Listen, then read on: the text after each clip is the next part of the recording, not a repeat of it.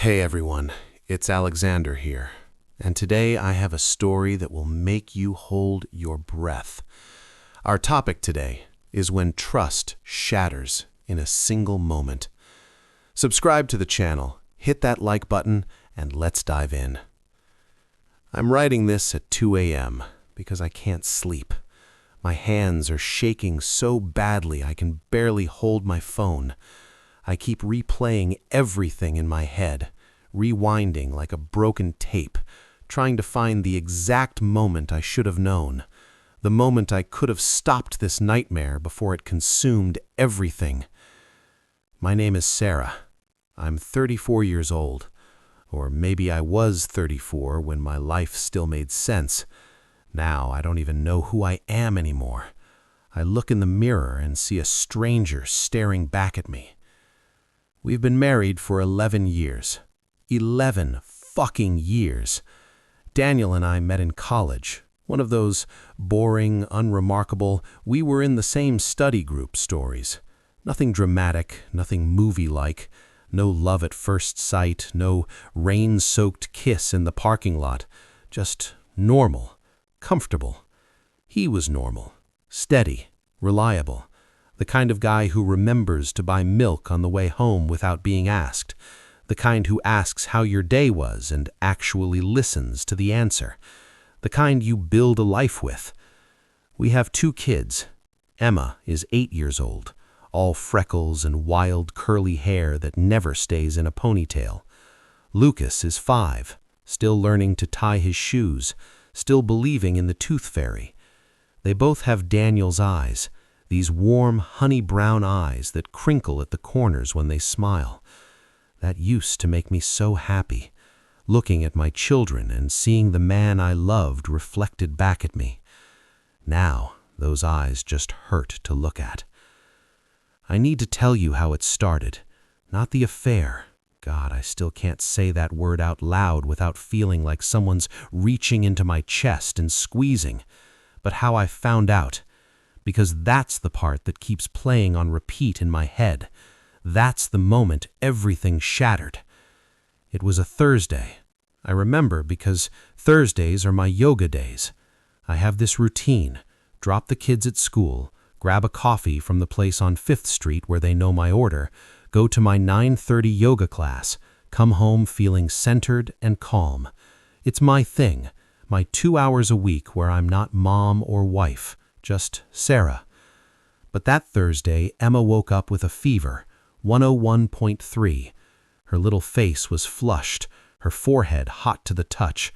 She was whimpering about her throat hurting, asking for popsicles and Mom's lap. So I stayed home, canceled yoga, made soup, put on her favorite movie for the 1,000th time. Daniel left for work like always. It was 7:45 a.m. He was wearing his blue shirt, the one I'd ironed the night before. He came into Emma's room, kissed her forehead, told her to feel better.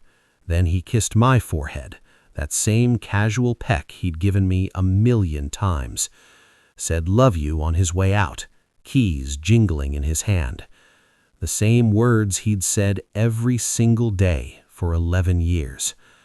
I didn't know those would be the last normal words we would ever exchange. Around 10 a.m., I was in the kitchen making Emma's second round of soup when I heard his phone buzzing on the counter. He'd forgotten it. Daniel never forgot his phone. Never. It was basically surgically attached to his hand. He checked it at dinner, in bed, in the bathroom. It drove me crazy sometimes, but I figured that's just how everyone is now, right? We're all addicted to these little screens.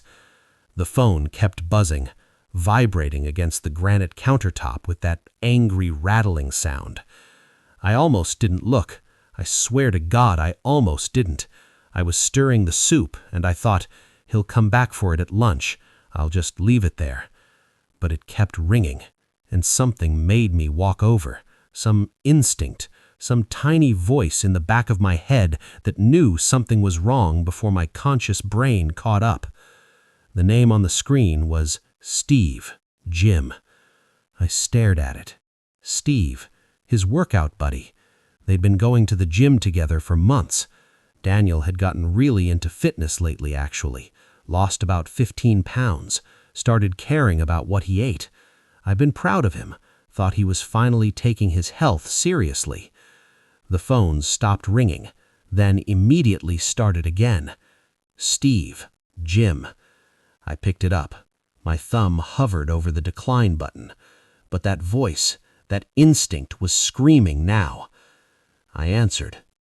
"Hey, baby, I'm almost there. Wear that black thing I like, okay? The one with the lace. I've been thinking about it all morning." A woman's voice. Breathy, intimate, excited. The voice of someone who's comfortable, who's done this before, who's expecting him to answer with the same energy. My entire body went cold, like someone had injected ice water directly into my veins. I couldn't breathe, literally couldn't pull air into my lungs. The kitchen tilted sideways. "Hello?" she said, the smile still in her voice. "Daniel? Baby? You there? Don't tell me you fell back asleep." She laughed, a light tinkling laugh that echoed in my ears like broken glass. I hung up. My hands were shaking so hard the phone slipped right out of my hands and clattered onto the counter. The sound was so loud. Everything was too loud. The movie playing in the living room, the clock ticking on the wall, my own heartbeat pounding in my ears like a drum. "Mommy," Emma called from upstairs, "can I have more water?" I moved like a robot. My body went through the motions while my brain was somewhere else, somewhere dark and spinning. Got the water, walked upstairs. Emma's face swam in front of me, concerned even through her fever. "Mommy, why are you crying?" I wasn't crying, was I? I touched my face, wet. When had that happened? "Mommy's fine, baby. Just my eyes are watering. Must be allergies." I gave her the water, smiled at her, tucked the blanket around her little body, kissed her hot forehead.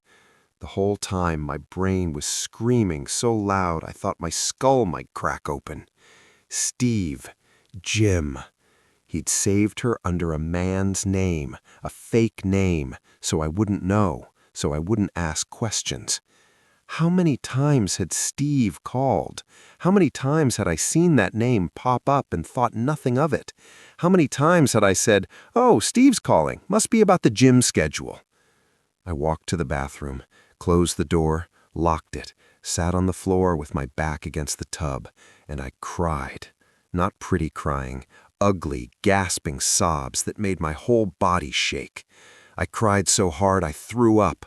Vomit and tears and snot, all of it mixing together on the tile floor while I pressed my fist against my mouth to keep quiet because Emma was just down the hall and she couldn't hear this. She couldn't know that Mommy's world was ending. I don't know how long I stayed there, long enough for my legs to go numb, long enough for the tears to run dry, long enough for something cold and hard to settle in my chest where my heart used to be. I stood up, washed my face, cold water until my skin felt tight and clean, fixed my hair, looked at myself in the mirror. The woman staring back looked normal, maybe a little tired, maybe her eyes were a little red, but normal enough. I went downstairs, checked on Emma, sleeping now, the fever medicine kicking in, made myself a cup of coffee I didn't drink, sat at the kitchen table, picked up his phone. The screen was locked. I knew his password, his mom's birthday. He'd never changed it. I could look right now. I could open that phone and see everything. But I didn't. Not yet. I put the phone back exactly where he'd left it, and I waited.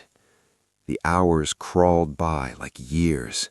I moved through the house like a ghost, doing all the normal things, checking Emma's temperature, folding laundry, answering emails. My hands knew what to do, even though my brain had checked out. At 12:30, Daniel came home. I heard his car in the driveway, that familiar rumble of the engine, his key in the lock, the door opening. He walked into the kitchen, and his eyes went straight to the counter, to his phone. His face went white, actually white, like someone had drained all the blood out of him. "Hey," he said, too casual, too bright. "How's Emma?" "Better. Sleeping." "Good, good." He picked up his phone, slipped it into his pocket, tried to smile at me. "Did I miss anything important? Did I?" "Did anyone call?"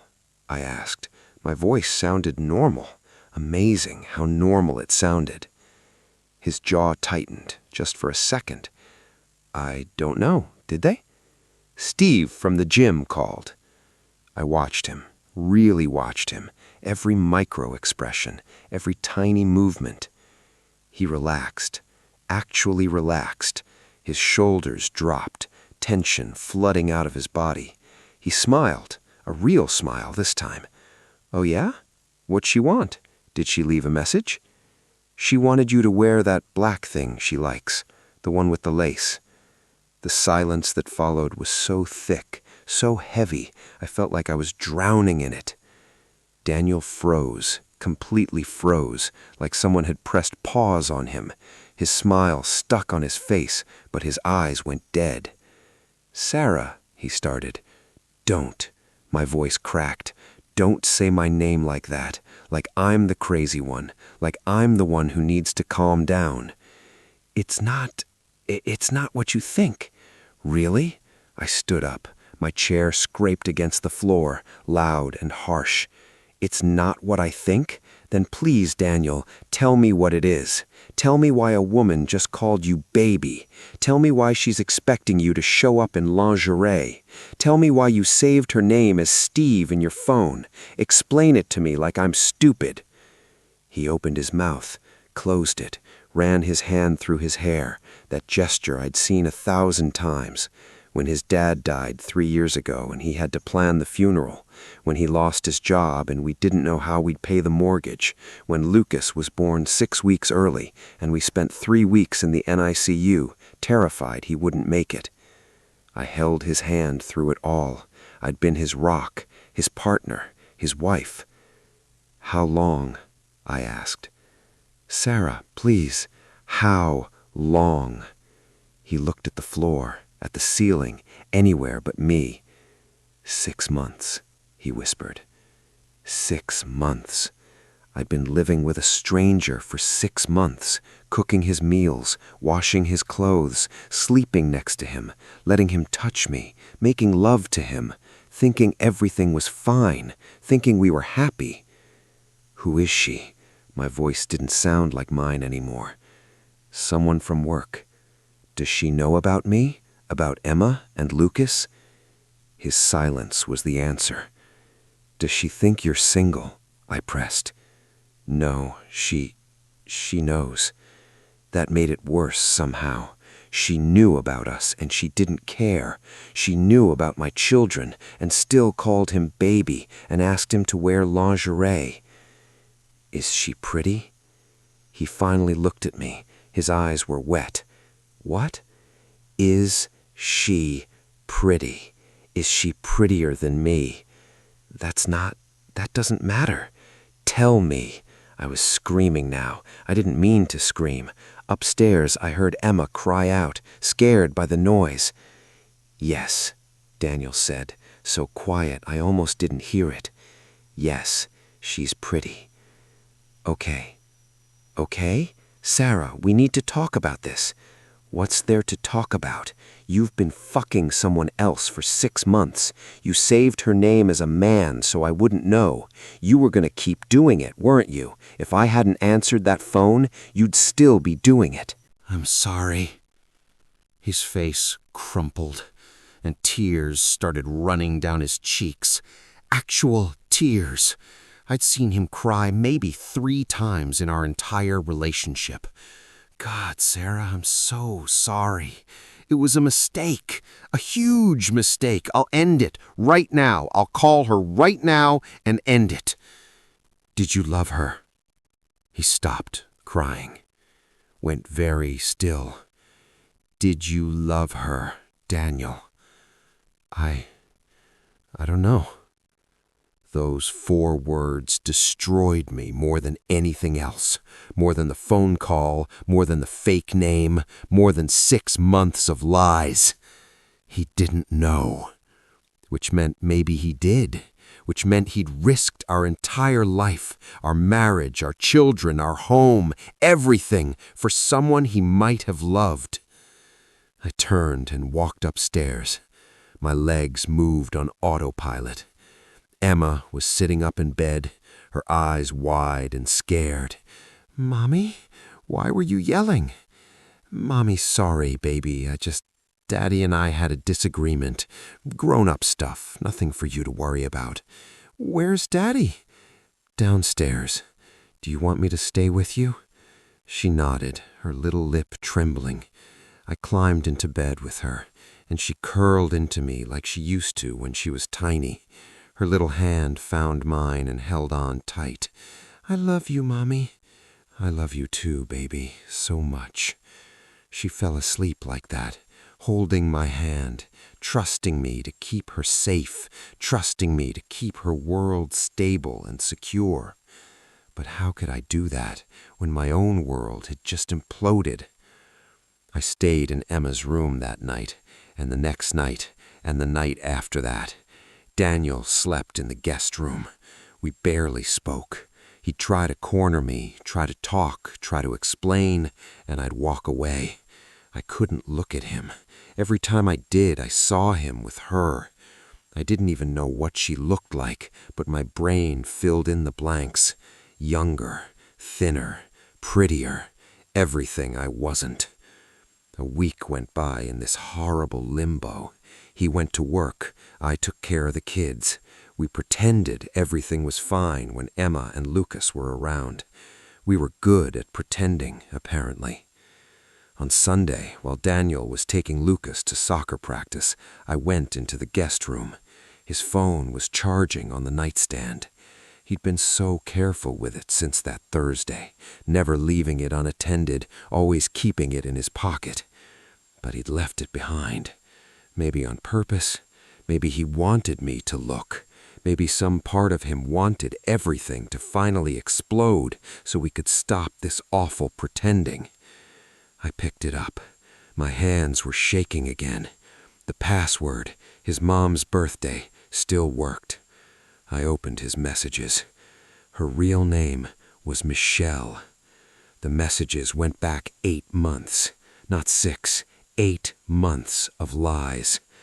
I scrolled through them, each one a knife in my chest. Missing you already. Sent the morning after we'd had sex. Can't stop thinking about last night, the night of Emma's school play. He'd said he had to work late. There was no business trip. There were inside jokes, pet names, plans for a future I knew nothing about. "When are you going to tell her?" Michelle had asked 3 months ago. "Soon, I promise. I just need to find the right time." He'd been planning to leave me, leave us. I scrolled further, my vision blurring with tears I didn't even feel anymore. There were photos, not naked ones. Somehow those would have been easier. These were worse, so much worse. Michelle in a coffee shop, smiling at the camera. Pretty, like he'd said. Dark hair, big eyes, maybe 28 years old. Young, so fucking young. Daniel holding her hand across a table at what looked like a nice restaurant. Both of them in a hotel room, her in his shirt, him kissing her forehead. They looked happy, comfortable, like a real couple. I kept scrolling, torturing myself, and then I saw the location tag on one of the photos. Bellissimo, the Italian place on Oak Street. That was our restaurant, the place where Daniel proposed to me 12 years ago, the place where we celebrated every anniversary, the place that was ours. He took her there, to our place. He sat in our booth and held her hand and made memories with her in the space that was supposed to be sacred. He'd recycled us, taken our life, our moments, our special places, and made them about someone else. I think that's what broke me. Really, truly broke me. Not the affair itself, as much as that hurt, as much as it destroyed me, but the fact that he'd been too lazy or too cruel to even make new memories with her. He'd just copied and pasted our relationship, found and replaced my name with hers. I was still sitting there, phone in hand, tears streaming down my face when I heard his car pull up. I didn't move, didn't try to hide what I was doing, just sat there, staring at a picture of my husband with another woman. He came upstairs, saw me, saw his phone in my hands, and he knew. "Sarah," he started, "you took her to our restaurant. I can explain. You took her to the place where you proposed to me, where we celebrated our first anniversary, our 5th, our 10th. You took her there." He sat down on the bed, head in his hands. "I know. 8 months, not 6, 8. You've been lying to me for 8 months. I'm sorry. You were going to leave me. I saw the messages. She asked when you were going to tell me. I didn't know what I wanted." "Did she make you happy?" I asked. I didn't want to know the answer, but I had to know. He looked up at me.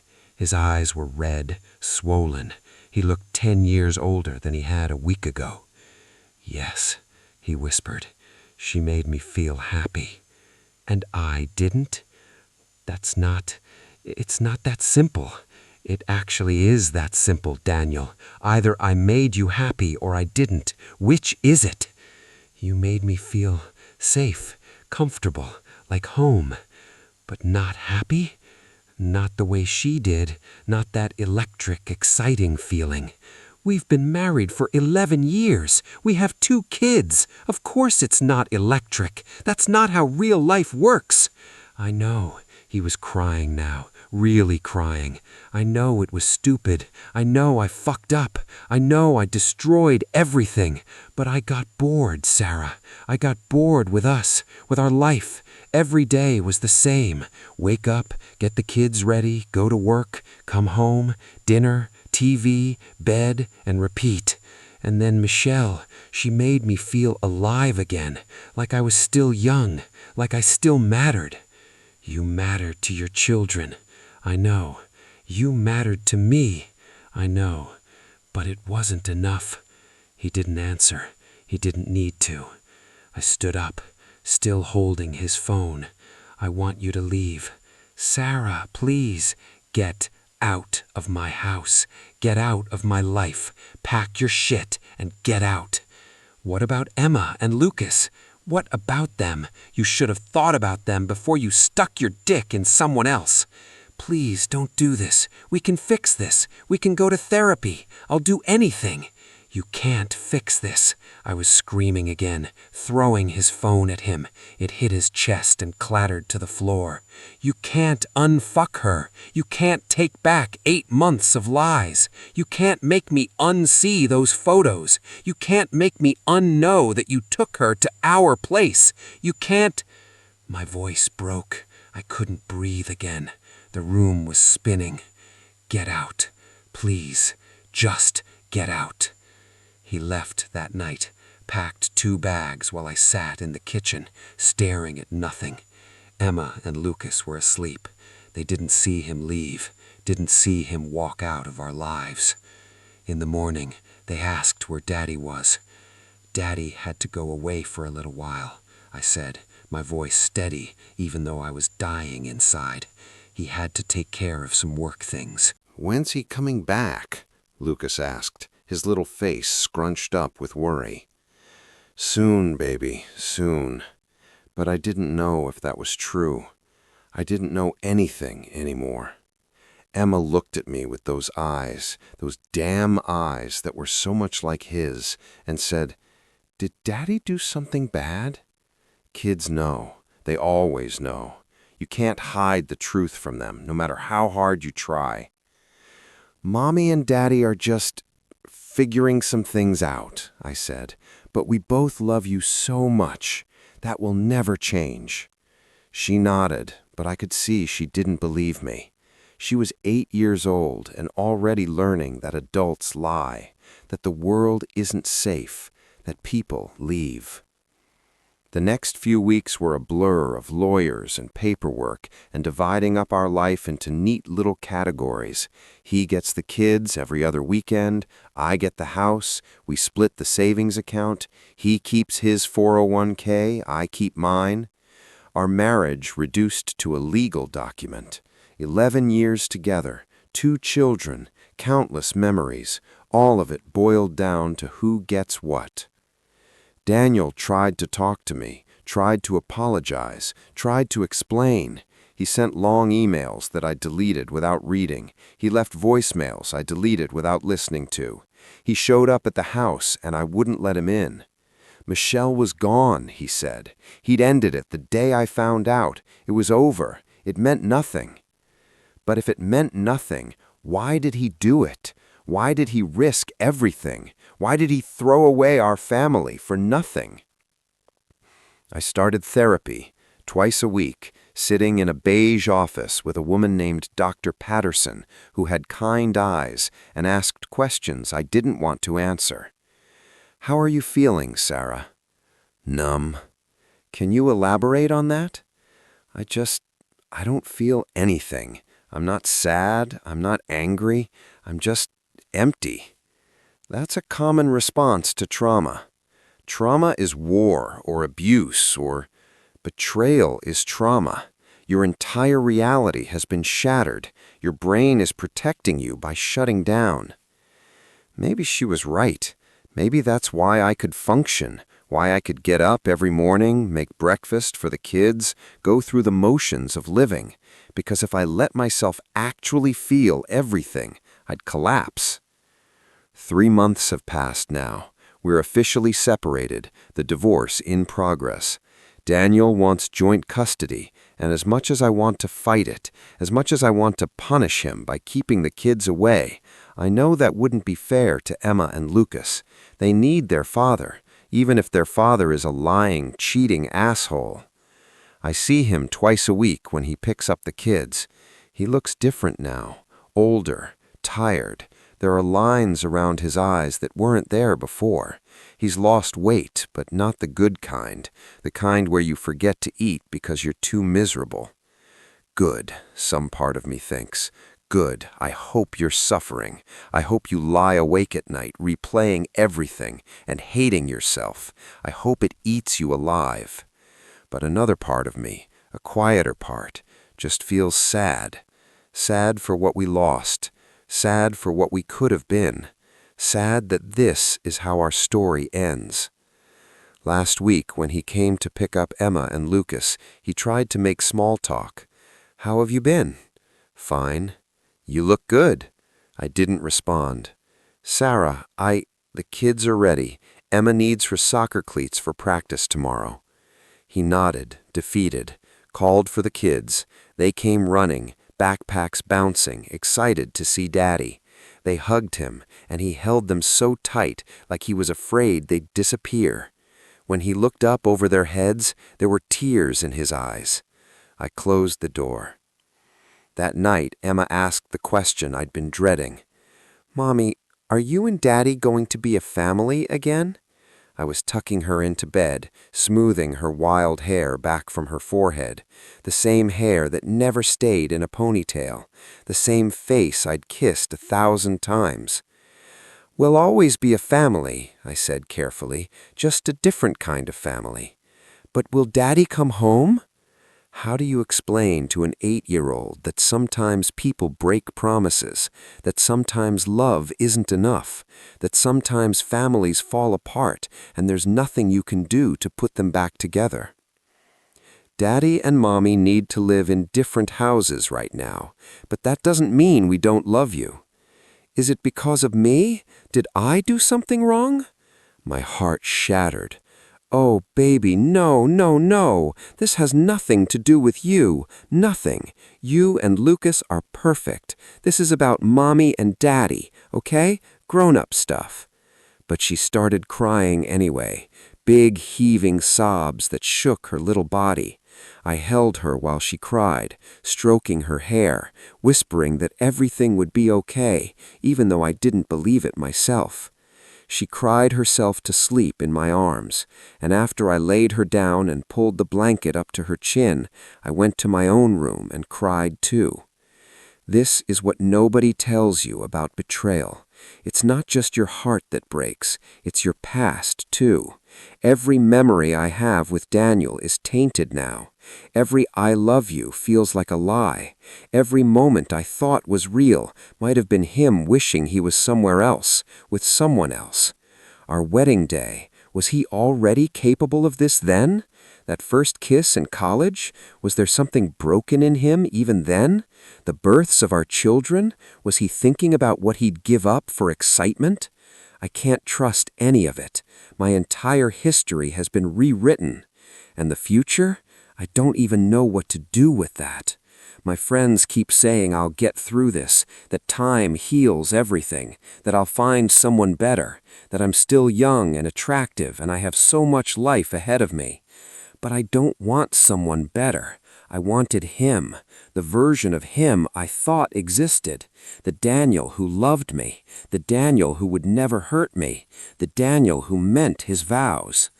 That person never existed. He was a character I created in my head, built from lies and my own desperate need to believe in happy endings. The real Daniel is a stranger, a man who could look me in the eye for 8 months while fucking someone else, a man who could kiss his children goodnight and then text his mistress, a man who could sit across from me at dinner and plan his escape. I don't know that man, and I don't think I ever did. I keep wondering if I'll ever trust anyone again, if I'll ever look at a man and not wonder what he's hiding, what secrets he's keeping, what lies he's telling. I keep wondering if I'm broken now, permanently damaged, if I'll carry this wound for the rest of my life. The signs were there, looking back. They always are, aren't they? He started working out more, started caring about his appearance, new cologne, new clothes. He password protected his phone, got defensive when I asked simple questions, came home later, went on more business trips. He was distant, distracted. He'd look at me sometimes like he didn't recognize me, like a stranger in his own house. I saw it all. But I didn't want to believe it, because believing it meant my life was a lie, and that's a truth nobody wants to face. So I made excuses. He's stressed about work. He's going through a midlife crisis. He's tired. He needs space. He's fine. We're fine. Everything is fine. Until it wasn't. I'm writing this at 2 a.m. because I still can't sleep, because the house is too quiet without him, because I keep reaching across the bed and finding empty space, because I'm terrified and exhausted, and I don't know how to do this alone. But I'm doing it, somehow. I wake up every morning even though my heart is broken. I make breakfast even though I can barely eat. I help with homework and drive to soccer practice and read bedtime stories. I smile when I'm supposed to smile. I laugh when I'm supposed to laugh. I pretend I'm okay even though I'm drowning. And maybe someday I won't be pretending. Maybe someday I'll actually be okay. Dr. Patterson says healing isn't linear, that some days I'll feel strong, and other days I'll feel like I'm back at the beginning, that it's okay to not be okay. But when will I be okay? When will this stop hurting? When will I be able to think about him without wanting to scream or cry or throw up? I don't know. Nobody knows. All I know is that right now, at 2 a.m., sitting in my dark kitchen with cold coffee and a phone full of messages I wish I'd never seen, I'm surviving. Barely, but surviving. For Emma with her wild hair and her worried eyes. For Lucas with his untied shoes and his innocent questions. For myself. For the woman I used to be and the woman I'm going to become. I'm not there yet. God, I'm so far from there. I'm still raw, still bleeding, still broken. But I'm trying, and maybe that's all anyone can ask. So, if you're reading this, if you're going through something similar, if you're sitting in your bathroom at 2 a.m. looking at messages you wish you'd never seen, wondering how you missed all the signs, wondering if you'll ever be okay again, I see you. I see your pain. I see your heartbreak. I see your fear. And I want you to know, you can survive this. Not today, maybe not tomorrow, but eventually. You can wake up with a broken heart and still function, still breathe, still live. It won't feel like surviving at first. It'll feel like drowning, like every breath is a struggle, like you're underwater and you can't find the surface. But slowly, so slowly you won't even notice. It'll get easier. The water will recede. Your lungs will fill with air. You'll start to float. And maybe, one day, you'll even swim again. I'm not there yet. I'm still underwater, still fighting for every breath. But I believe I'll get there. I have to believe it, because the alternative is giving up, and I can't do that. Not for myself, not for Emma and Lucas. So I'll keep fighting, keep surviving, keep putting one foot in front of the other. And someday, when someone asks me about this time in my life, I'll be able to say, it nearly broke me, but it didn't. That's my goal. To not let this destroy me. To come out the other side stronger, wiser, more careful with my heart. I don't know if I'll fall love again. I don't know if I'll ever trust again. I don't know if I'll ever look at a man and not see Daniel's face, not hear Daniel's lies. But I know I'll survive. And right now, that's enough. It has to be.